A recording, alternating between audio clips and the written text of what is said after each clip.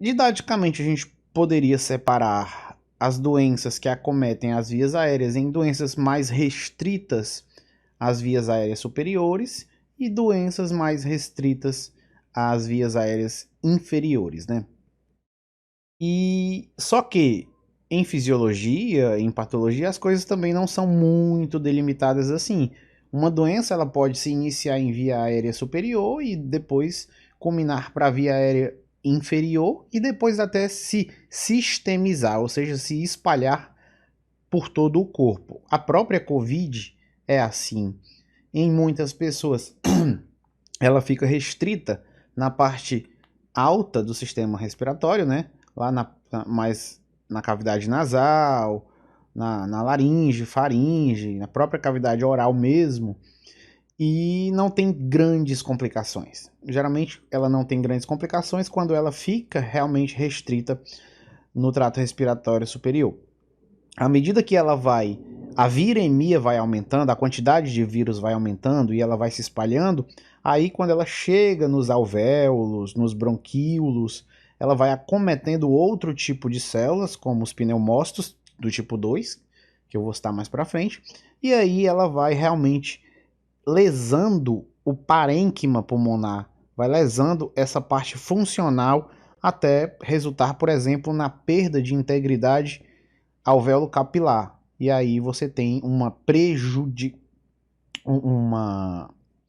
como é que eu posso dizer? Um acometimento mais profundo e prejudicial da função respiratória, né? Na sua principal função, na hematose, na troca de ar com o alvéolo e o sangue. Então aqui algumas doenças das vias respiratórias superiores, eu tenho as rinites, sinusites, faringites, tonsilites, adenoides e assim vai. A maioria dessas doenças as pessoas já conhecem, né? Dessas condições, eu vou só falar rapidamente. O ciclo nasal, a fisiologia do nariz e de toda a cavidade nasal, ela é ditada muito pelo sistema nervoso autônomo e também segue uma espécie de ciclo circadiano. Você tem uma dinâmica entre o simpático e o parasimpático. O parasimpático ficando mais relacionado com a fase de limpeza, e aí você tem a vasodilatação dos capilares ali da mucosa, uma secreção glandular e aumento ali dos movimentos ciliares. E você tem o simpático, responsável pela fase da respiração, no qual há uma leve contração aí dos vasos da mucosa, a dinâmica ciliar diminui, sempre vai oscilando. Quando o nosso epitélio da mucosa, quando a mucosa que reveste o nariz, ela é alterada ou por um processo alérgico ou por um processo inflamatório de uma infecção, por exemplo, você tem o braço parasimpático sendo aumentado. Então, a vasoconstrição, ela se sobrepõe, o aumento da secreção, é por isso que eu tenho tanto o nariz entupido, que a gente chama, né, e a coriza. E os espirros também, né, que são os tipos de reflexo. Tanto que alguns medicamentos usados, por exemplo, o Sorine, né, que tem princípio ativo, que não é só soro mesmo, ele tem, por exemplo, nafasolina. Nafasolina é um agonista alfa. E isso vai resultar em vasoconstrição.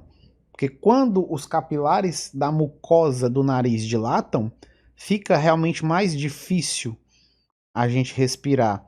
É essa sensação de nariz entupido. E também devido ao aumento das secreções, né? Aí o nariz escorre, que a gente chama aqui no Ceará. Ou estalecido, né? Que minha mãe chama. Então a gente, quando usa um agonista alfa-1, esses vasos eles são contraídos. E aí você diminui essa sensação de entupimento. São que os agentes para as soluções nasais usadas para esse fim fazem, né? Aqui a rinite, ó, é uma inflamação aguda, o nome já diz, rinite é uma inflamação aguda e ou infecciosa das membranas da mucosa nasal. Aí você pode ter uma rinite de origem viral, sobretudo um resfriado pode causar, ou uma rinite alérgica, né, que é causado por um processo alérgico, óbvio. A rinite alérgica está aqui mostrando, está aqui sendo mostrada, ó, que é a cavidade nasal, quando ela inflama, a dinâmica da fisiologia nasal muda. E aí você tem um aumento da secreção de muco, você tem um aumento do, do diâmetro dos vasos, justamente para priorizar aí a passagem de células imunológicas, né? Olha, são descritos vários desencadeantes alérgicos, aí varia muito de pessoa para pessoa, tem pessoa que é alérgica a pólen, fungos, enfim. Isso aqui era só para citar, né? A sinusite. A sinusite é um pouco diferente da rinite. Se a rinite é uma inflamação mais da mucosa nasal, a sinusite é uma inflamação dos seios da face, né? Aí geralmente ela é devido a uma infecção viral, bacteriana, e também está associada com alergia, que é uma animaçãozinha só para mostrar essa dinâmica. Aí os seios nasais, ó, mais superiores e inferiores. E quando esses seios eles inflamam, você tem a secreção também de substâncias e dá aquela sensação de pressão sobre a face, justamente porque esses seios eles se enchem de secreção. E aí você tem essa sensação de estar com a cara inchada, alguma coisa pressionando. Ó,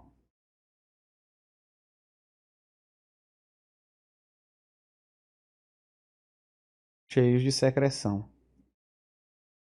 Então, tanto processos inflamatórios de origem infecciosa, quanto processos inflamatórios de origem alérgica resultam nesse processo que a gente chama de sinusite.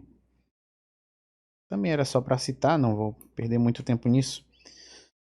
E aí, chegamos aqui na patogenia das infecções virais, né? Essas infecções virais, como eu falei, elas podem ou ficar no trato respiratório superior. Geralmente a gente inala essas partículas infecciosas, né? Esses vírus, por meio de aerosóis, perdigotos, ou mesmo por contato. Peguei num canto, passei a mão na mucosa do nariz, cocei o nariz, como a gente chama, e aí você tem essa infecção, esse contágio.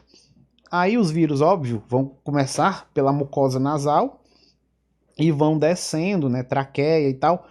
E à medida que os vírus vão se replicando dentro dessas células epiteliais do aparelho respiratório, eles vão se espalhando. Então, a célula A que é infectada produz mais mil cópias, por exemplo. Aí dessas 1000 cópias, 100 infectam outras células e aí vai se espalhando até podendo chegar nos tratos respiratórios inferiores. Aí chegou lá nos brônquios, bronquíolos e alvéolos, aí você tem uma capacidade de complicação. Aí vai depender do tipo de funcionamento do organismo. Então, como a gente viu, a COVID ela tem uma complicação maior em quem? Em idoso e em pessoas com algum comprometimento da função imunológica, por exemplo.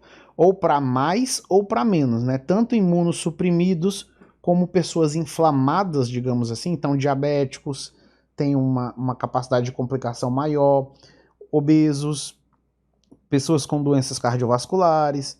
Então todas essas doenças crônicas, elas afetam tanto o pulmão quanto as condições em geral, né? E aí podem resultar em complicações severas de doenças. Mas lembrando que um resfriado ele pode se complicar, uma gripe pode se complicar, e óbvio que a Covid também pode, e se encontrar um ambiente favorável, ela vai se complicar.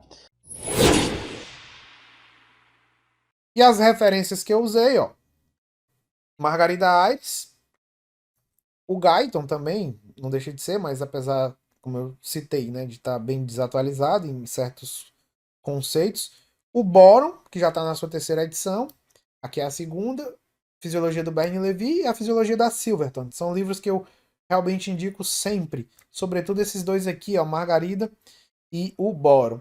E aí só quem quiser acompanhar os meus cursos, aqui é a minha plataforma, a Fisio, só colocar no Google a Fisio Cursos que você vê lá. E aqui tem os canais, o canal do YouTube e o canal do Telegram também que você pode acompanhar. Sempre estou colocando coisas lá. Você tem aí o Instagram, meu Instagram, tanto de professor quanto da Físio. E os cursos. Atualmente tenho 12 cursos: fisiologia e patologia endócrina, hormônios e metabolismo, nutrição e exercício, neurociências, neuroanatomia, psicofarmacologia, alguns de farmaco, ó, fisiologia cardiovascular, farmacologia cardiovascular, imunologia básica. É basicamente isso. Você tem aqui o meu contato também, a cleiton@hotmail.com. E é isso que eu tinha para falar por hoje, meu povo.